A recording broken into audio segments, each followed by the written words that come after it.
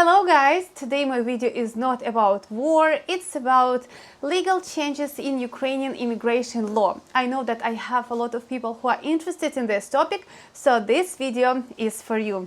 Okay, let's hit the point. The first very important change, which I consider this was very important and they did it late, is everybody who has residence card in Ukraine and its validity expire after 24 of February 2022.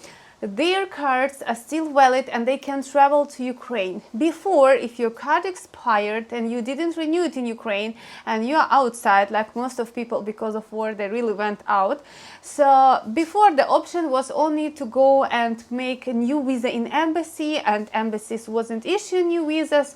So all this process was very complicated. Now they finally regulated it. So you don't need to go into all this hassle. It would be valid till end of the war, or let's talk in legal language, until Ukraine is in martial law. So literally until all the things will finish.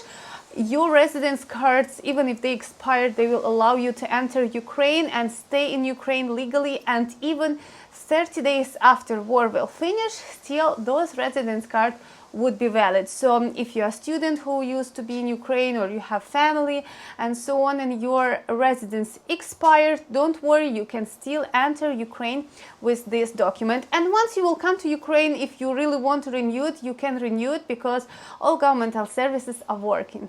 Visas. Do embassies issue visas? Yeah, you still, I guess, need to go to every embassy and check with them, but so far I know in India they start issuing visas, in Dubai they start issuing visas, in Europe they issuing visas, and they didn't stop. So all this process is happening. If you're in any other country, just check with the embassy and if they are working. But I guess so far as I noticed, most of embassies, they are issuing visas to Ukraine. Next changes comes on the citizenship. I believe it became a bit more easy and more complicated on the same time. So before, if you want to apply for citizenship, you need to submit the paper that you know Ukrainian language. And for that thing, you need actually to study at university if you studied, or you need to go and pass exam. And for sure, that was very not convenient for so many people who don't really know language in a good level.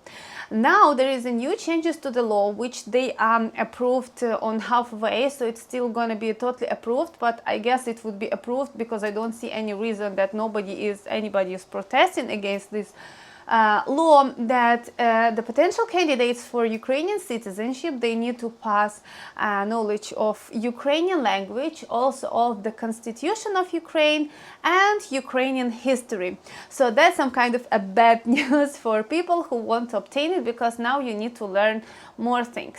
Out of the good things which I found in this law, those things is not mandatory to pass before you actually, in the moment when you're applying for citizenship. So you need to apply for citizenship first, then you will get approval for the citizenship, you will get Ukrainian citizenship actually, and during the first 2 years you must pass exam of Ukrainian language, of history and constitution. And I consider this is better, because if you really will get citizenship and you will know that you're gonna stay in Ukraine, you will go to live in Ukraine, it would be somehow easier for you to learn the language, law and all the things. And I support this idea, and I wish that all Ukrainians would really know their constitution and history like they ask to do foreigners.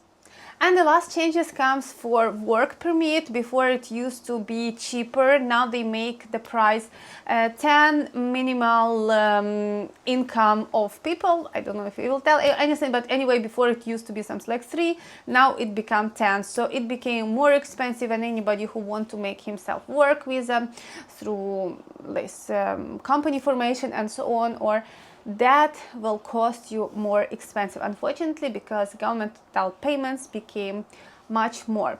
And guys, if you are still thinking how to obtain Ukrainian residence, I will tell you, you can contact our company.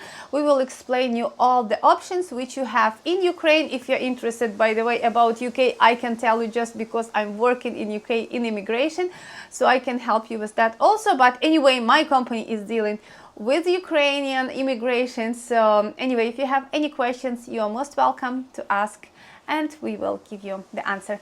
Okay guys, thanks for watching this video. Hope it was useful for you. Don't forget to like and share the video if you really find it useful. Bye bye!